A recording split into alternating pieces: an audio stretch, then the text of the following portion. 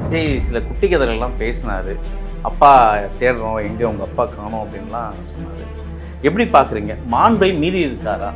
அந்த மாண்பை மீறுகிற செயல் திமுக தான் ஆரம்பித்து வைத்தது. இப்போ அவர்களே ஆரம்பித்து வைத்ததை அவர்களே அறுவடை செய்கிறார்கள். இதுதான் இப்போ திமுகவுக்கு நேர்ந்த கதி. மது ஆலை அதிபர்கள் நீங்கள் பார்ட்டி ஃபண்டுன்னு 10% கொடுத்துருவோம். 50,000 கோடி ரூபா வருஷம் வியாபாரம், சாராய வியாபாரம். 10% கொடுத்தா 5,000 கோடி ரூபா பார்ட்டி ஃபண்டு வந்துடும். அந்த பார்ட்டி ஃபண்டு இப்போ வாங்குறீங்களா? திமுக வாங்குச்சு. திமுக அதிமுக வாங்குச்சு. இப்போ விஜய் வாங்குறாரான்னு ஒரு சந்தேகம். அதிமுகவை எதிர்ப்பதற்கு கண்ணு கட்டிய தூரங்கள் பூரா எதிரியே இல்லையா அப்படின்னு சொல்லிச்சு. இப்போ அதே கதை தான். அப்பாக்களை காணும், அப்பா குளத்தூரில் காணாமல் போயிட்டார். இந்த அரசியலெல்லாம் திமுகவுக்கு இதுவும் வேண்டும், இதை விட அதிகமாக வேண்டும்.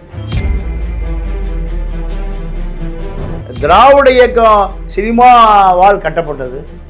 இப்போ அது முடிவுக்கு வருவது சினிமா ஆளால் முடிவுக்கு வருது. விஜயால் முடிவுக்கு வருது. விஜயோட முடியுன்றீங்களா? எது?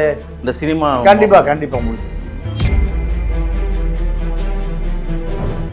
கருணாநிதிக்கு திரிஷா ராஜாத்தி அம்மா, எம்ஜிஆருக்கு திரிஷா ஜெயலலிதா. எல்லாரும் திரிஷாவோட அரசியலுக்கே வர்றாங்க.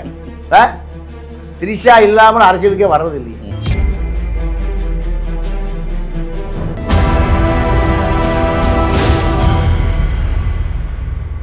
நேயர்களுக்கு வணக்கம். இன்றைய நேர்காணலில் நம்மோடு இணைந்திருக்கிறார் மூத்த அரசியல் விமர்சகர், பத்திரிகையாளர் திரு தமிழா பாண்டியன் அவர்கள். சார் வணக்கம். நேற்று நடந்த சட்டமன்றம் இன்றைக்கி சோஷியல் மீடியாவில் ரொம்ப வைரலாக பேசப்படுது. விஜயோட அந்த செய்கை, அதை எப்படி பார்க்குறீங்க? விஜய் அந்த பேச்சு, விஜய் சட்டமன்றத்தில் எதிர்க்கட்சியெல்லாம் வெளிநடப்பு செஞ்சுட்டாங்க, மீண்டும் சட்டமன்றம் நடந்தது. விஜய் சில குட்டி கதைகள்லாம் பேசினார். அப்பா தேடுறோம், எங்கே உங்கள் அப்பா காணோம் அப்படின்லாம் சொன்னார். எப்படி பார்க்குறீங்க? மாண்பை மீறி இருக்காரா? இல்லை, இது திமுக காலத்தில் கருணாநிதி செய்கிற இதே செய்கை தான். ஜெயலலிதாவை அடித்து உதைத்து சட்டையை பிடித்து இதெல்லாம் நடந்தது.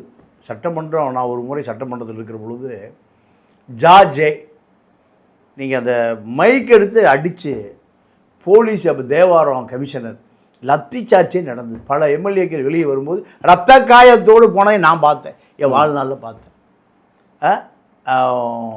87. இப்போ இதே தாராபுரம் எம்எல்ஏ ஐயா சாமின்னு நினைக்கிறேன், எனக்கு பேர் மறந்து போச்சு. அங்கே இருக்கிற மைக்கை திருடிட்டு ரோட் வழியாக போனதை நான் பார்த்தேன். அப்போது சட்டமன்ற மாண்புகளை காக்க வேண்டியவர்களே அந்த மாண்பை மீறுகிற செயல் திமுக தான் ஆரம்பித்து வைத்தது. இப்போ அவர்களே ஆரம்பித்து வைத்ததை அவர்களே அறுவடை செய்கிறார்கள். இதுதான் இப்போ திமுகவுக்கு நேர்ந்த கதி. நீங்கள் ஒரு முறை அனந்தநாயகி எங்கே திராவிட நாடு அடைந்தால் திராவிட நாடு இல்லையேல் சுடுகாடு, இதுதான் கோஷம் திமுக காரனுக்கு. இப்போ சுடுகாடு தான் போய் நிற்கிது. அப்படி கேட்கிற பொழுது எங்கே இருக்கிறது உங்கள் திராவிட நாடுன்னு அனந்தநாயகின்னு அந்த மாதிரி ஒரு காங்கிரஸ் எம்எல்ஏ கேட்குது. கருணாநிதி பதில் சொல்கிறார். அதாவது பாவாடை நாடாவை அவிழ்த்து, பாவாடையை அவிழ்த்து பாருங்கள் தெரியும் திராவிட நாடுனர். எல்லாம் கத்துறாங்க, கூச்சல் குழப்பம். அவர் அதுக்கு விளக்கம் சொல்கிறார். கோப்பு மேலே என்ன கட்டியிருக்கோம்? நாடா கட்டியிருக்கோம். அவர் அது சொன்னது. அந்த நாடாவை அவிழ்த்தால் பாவாடை 2 கவர் மாதிரி இருக்கும், அதை எடுத்து தான் அந்த கோப்பை பார்க்கணும், அங்கே தான் திராவிட நாடு. இதுக்கு விளக்கம் அவர் கொடுத்தது. இதை விட ஒரு கம்பரசம், காதல் கனி ரசம், சொட்ட சொட்ட கருணாநிதி சட்டசபையில் பேசலையா? இதெல்லாம் சட்டசபை குறிப்பில் இருக்குது. 2 நாட்டு தலைவர்கள், இலங்கை அதிபரும் இந்தியா பிரதமர் நேருவும் பண்டாரநாயக்கா ஒப்பந்தம், அங்கேருந்து மலையக தமிழர்களை இந்தியா தாய்நாட்டுக்கு திரும்புவதற்கு 2 பேர் பேசி ஒரு சட்டம் கையெழுத்தாகுது. அப்போ அதை கிரிட்டிசைஸ் பண்ணுறாரு கருணாநிதி. நேருவோ மனைவியை இழந்தவர், சினிமாவோ கணவனை இழந்தவர். 2 பேரும் என்ன பேசியிருப்பார்கள் 2 மணி நேரம், என்ன செய்திருப்பார்கள் 2 மணி நேரம், இப்படி சொன்னால்தான் நம்ம சட்டசபையில் கருணாநிதி. ஆனால் அது தமிழ் ஓமையில் சொல்லியிருப்பார்ல சார், அர்த்தங்கள் வேறு இல்லை. என்ன அர்த்தம் இருந்தாலும் இது ஒரு கேவலமான அர்த்தம் இல்லையா? ஒரு மனிதனை கௌரவப்படுத்துவது, மேன்மைப்படுத்துவது, இப்படியே மேன்மைப்படுத்துறது. இவருக்கு பொண்டாட்டி இல்லை, அது புருஷன் இல்லை, இப்படியே கேவலப்படுத்துவது. சார் அதுக்கு மாற்று அரசியல் தானே விஜய் கொடுக்குறேன்னாரு. இல்லைங்க, ஆனால் திமுக அதையே எடுக்கிறாரு அவர் கையில். அதாவது திமுக தவறு செய்திருக்கு, திமுக அநியாயம் செய்திருக்கு, திமுக திருடி இருக்கு. இதுக்கான அரசியல் மாற்றம் நான் கொடுக்க போகிறேன், நான் வரேன், உங்கள் விஜய் நான் வரேன் அப்படின்னாரு. அந்த மாற்றம் இங்கே எதுவும் நடக்கலையா சார்? இல்லை, அதாவது திமுக அளவுக்கு நடக்கலை, உண்மைதான். திமுக அளவுக்கு நம்ம திருட ஆரம்பிக்கல, கொள்ளையடிக்க ஆரம்பிக்கல. அதுதான் இப்போ நடந்திருக்கு. உதாரணத்திற்கு நகராட்சி துறை அவரே கையில் வச்சுருக்கார். ஏன்? வேலுமணி அடித்த கொள்ளை உலகத்துக்கே தெரியும். நேரு அடித்த கொள்ளை 1149 கோடி ரூபா அவர்கள் ஆட்சியிலேயே நீதிமன்றத்தில் வழக்கு, இதை உடனே எஃப்ஐஆர் போடுங்கன்னு நீதிமன்றம் கட்டளையிட்டது இல்லையா? அப்போ இதை இப்போ என்ன பண்ணுறாரு? திருடு பூரா இங்கே தான் நடக்குதா? 490 பேரூராட்சி இருக்குது. 490 பேரூராட்சியிலையும் வருஷம் 3 கோடி ரூபா திட்ட செலவினங்கள். நீங்கள் உங்கள் ஊருக்கு, நீங்களும் கிராமத்தில் பேரூராட்சியில் இருந்திருப்பீங்க. உங்களுக்கு வருஷம் 3 கோடி ரூபாய் ரோடு போடுறாங்களா, சாக்கடை கட்டுறாங்களா? அப்போ எங்கே போகுது? எல்லா ஆளுங்கட்சிக்காரன் அதை எடுத்துக்கிறான். அவன் ஏன் எடுக்கிறான்னா அப்போ தான் கட்சி நடத்த முடியும். அதுக்கு மேலே ஒன்றிய செயலாளர் எடுத்துக்கிறான். நகராட்சியில் 30,000 பேர் இருந்தால் அதுக்கு பேர் நகராட்சி, 30,000 பேர் கீழே இருந்தால் பேரூராட்சி, அதுக்கு கீழே இருந்தால் ஊராட்சி. இதுதான். அப்போ இந்த ஊராட்சி அமைப்புகள் பூரா பொதுமக்களுடைய வரி கொள்ளை போகுது. அதனால் இதை நானே வச்சுக்கிறையா, இது ஒரு ஆரோக்கியமான விஷயம் தானே. நீங்கள் திமுகவை ஊழலை போல இப்போ ஊழல் இல்லை, ஒருவேளை இனிமேல் ஆரம்பிக்கலாம். இப்போ இல்லை, இப்போ 45 நாளாக இல்லை. இப்போ ஒரு கேள்வி தொடர்ந்து சொத்திட்டே இருக்கு. மது ஆலை அதிபர்கள், நீங்கள் பார்ட்டி ஃபண்டுன்னு 10% கொடுத்துருவோம். 50,000 கோடி ரூபா வருஷம் வியாபாரம், சாராய வியாபாரம். 10% கொடுத்தா 5,000 கோடி ரூபா பார்ட்டி ஃபண்டு வந்துடும். அந்த பார்ட்டி ஃபண்டு இப்போ வாங்குறீங்களா? திமுக வாங்குச்சு, திமுக அதிமுக வாங்குச்சு. இப்போ விஜய் வாங்குறாரான்னு ஒரு சந்தேகம். நீங்கள் தான் எனக்கு அந்த நம்ம வேற ஒரு காணொலியில் பேசும்போது சொன்னீங்க, இந்த பார்ட்டி, அதாவது சாராய ஆலைகள் வச்சுருக்கவங்கலாம் லண்டனில் ஒரு பெரிய மாநாடு போட்டிருக்காங்க. அங்கே கிட்டத்தட்ட 50,000 பாரிஸில் ஒரு 50,000 கோடி கிட்ட அங்கே வியாபாரம் பேச்சுவார்த்தை நடக்கு. இதெல்லாம் தேர்தல் முடிஞ்சது தான் பேசுனீங்க, அது உண்மைதானா? அது இல்லை, இப்போ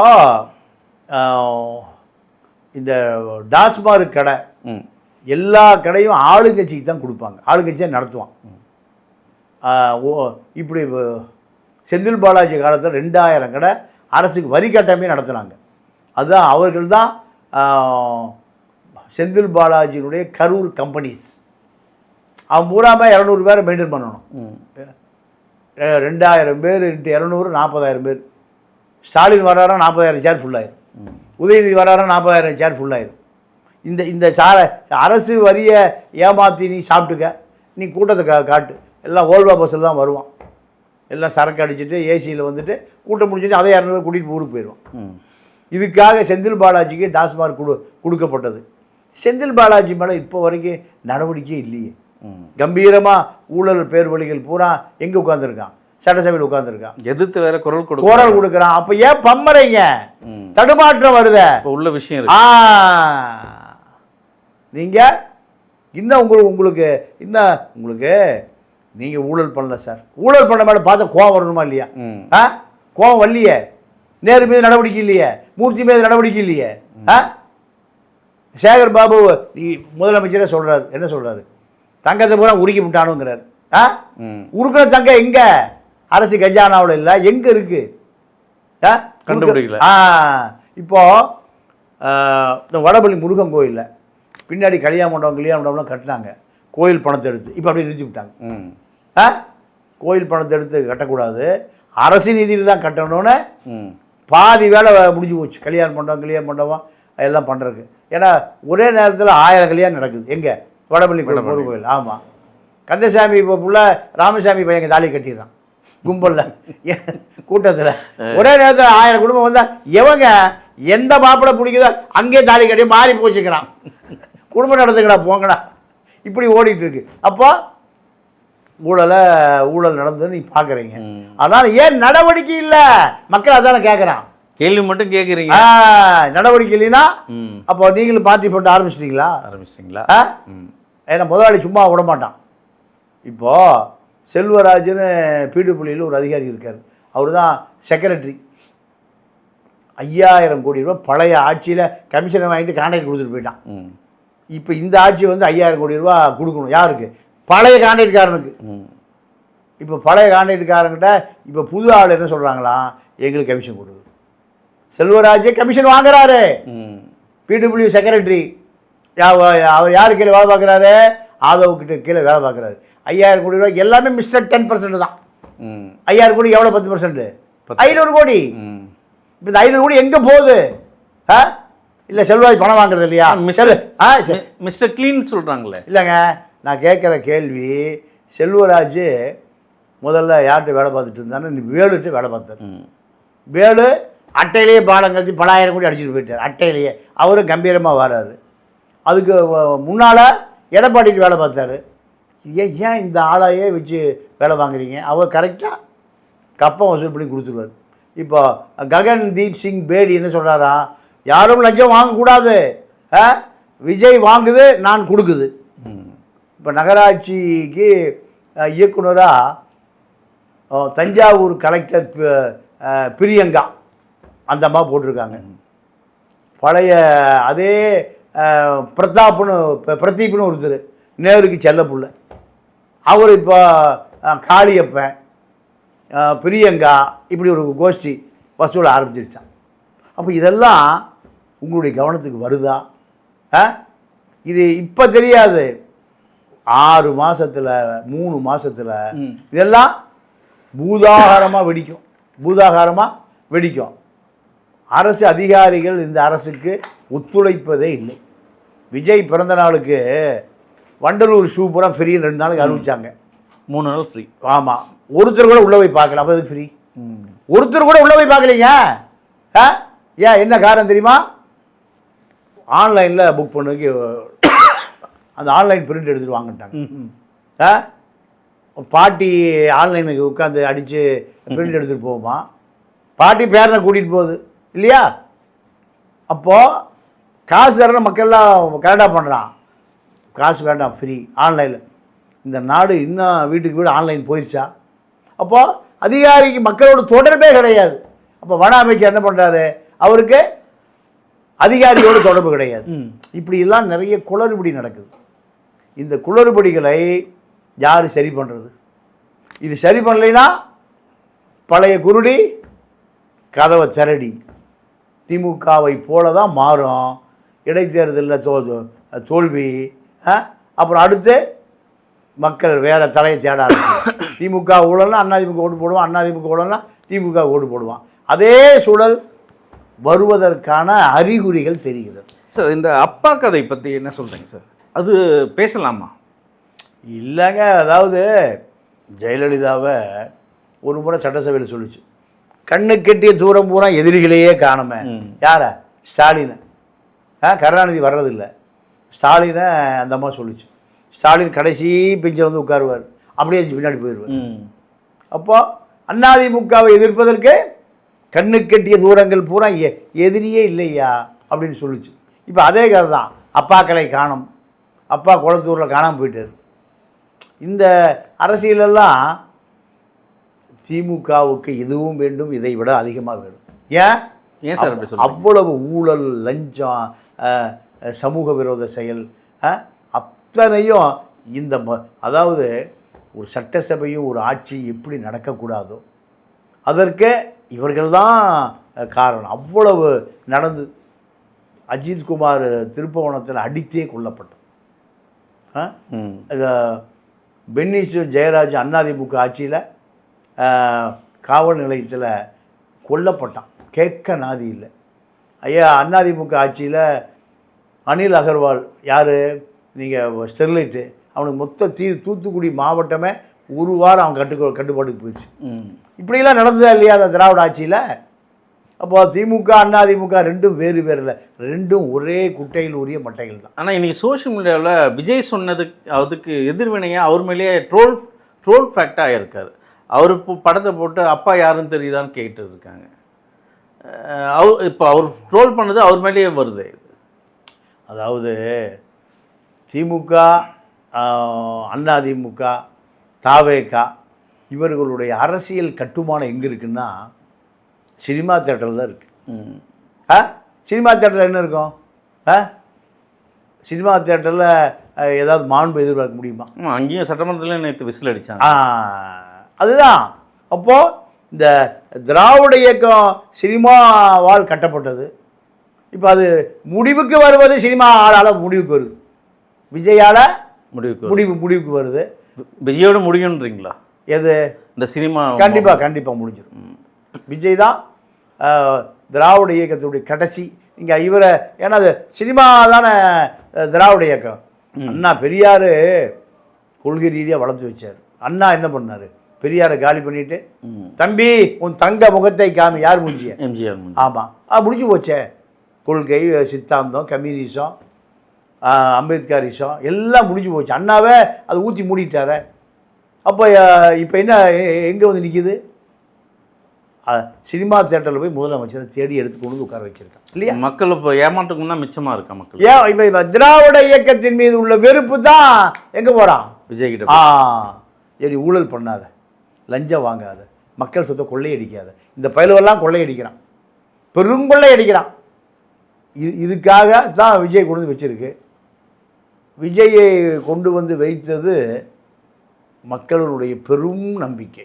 இந்த நம்பிக்கையை இவர் காப்பாற்றுவாரா காப்பாற்ற முடியாதா என்பது அது கூடிய விரைவில் தெரிஞ்சு போயிடும். ஏன்னா அத்தனை பெரும் கார்ப்பரேட் முதலாளிகள் பூரா பலாப்பழத்தை முக்கியமில்ல, அதுபோல் பனையூரில் முச்சு கிடக்கிறான்.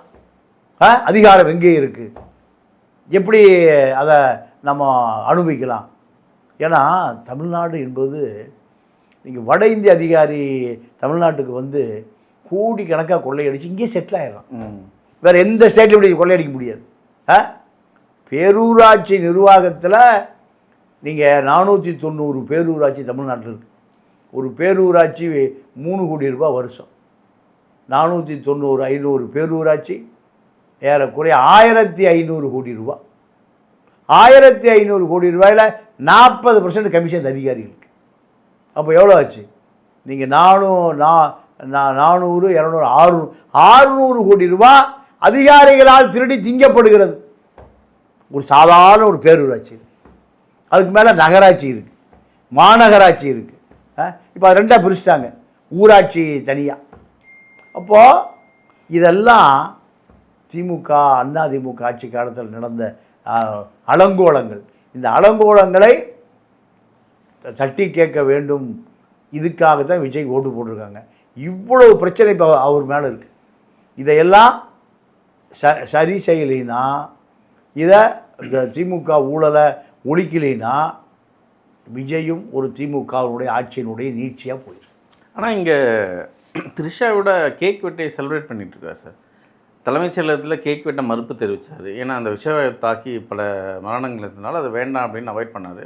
நான் அன்று இரவே த்ரிஷாவோட கேக் வெட்டி செலிப்ரேட் பண்ணாங்க. அது சோஷியல் மீடியாவில் ரொம்ப இழிவாக பேசிக்கிட்டு இருக்காங்க. இல்லை, அந்த த்ரிஷாவே அதை படமாக எடுத்து போடுது. அவரும் அதை அனுமதிக்கிறார். இதெல்லாம் தெரிஞ்சுதானே மக்கள் ஓட்டு போட்டான். த்ரிஷா இருக்குது, சங்கீதா இல்லை, தெரிஞ்சுதானே ஓட்டு போட்டான். கருணாநிதிக்கு த்ரிஷா ராஜாத்தி அம்மா, எம்ஜிஆருக்கு த்ரிஷா ஜெயலலிதா, எல்லாம் த்ரிஷாவோட அரசியலுக்கே வர்றாங்க. த்ரிஷா இல்லாமல் அரசியலுக்கே வர்றது இல்லையே. அப்போ இவரும் த்ரிஷாவோட வந்திருக்காரு. பெரும் பேசும் வரை இல்லை. இது காரணம், நீங்கள் கருணாநிதி எங்கே போனாலும் 2 சின்ன பொண்டாட்டி கூட்டிகிட்டு தான் போவார். தயாளம்மா போகாது. ஆனால் அவங்க மனைவின்ற ஒரு ஸ்தானத்தில் இருந்தாங்களே சார். எனக்கு ஒருத்தனுக்கு 2 பொண்டாட்டி, 2 ரேஷன் கார்டு, 2 ஆதார் கார்டா? சொல்லுங்கள். ஒரு முதலமைச்சராக இருக்கக்கூடிய ஒருவர் வழிகாட்டுதலாக இருக்கணுமா இல்லையா? அடுத்த பொண்டாட்டி தள்ளி கொண்டு வச்சு குடும்பம் நடத்துகிறதா மனைவி? தயாளம்மா உயிரோடு இருக்கா இல்லையா? தயாளம்மாக்கு ஸ்டாலின், செல்வி, தமிழரசு, குழந்தை குட்டி குடும்பம்லாம் இருக்கா இல்லையா? இந்த பக்கம் கனிமொழி எதுக்கு? அப்போது 2 மனைவிகளை வைத்து கொள்ளலாம். 2வது மனைவி அடுத்த பொண்டாட்டி, நாடக நடிகர் நல்ல தம்பி பொண்டாட்டி. அப்போ இதான் அரசியல், இதாங்க இளைஞர்களுக்கு வழிகாட்டுவது. அப்போ கருணாநிதியை நீங்கள் தவறாக போன பிறகு எம்ஜிஆர் ஜெயலலிதாவோட பயணம் ஜானகியும் இருக்கும், இந்த பக்கம் ஜானகி, இந்த பக்கம் ஜெயலலிதா. இப்போ சங்கீதா இல்லை, சீரியஸாக இருக்குது. அவ்வளோதானே. இது திராவிட இயக்கத்தினுடைய சைன். அதுதான்.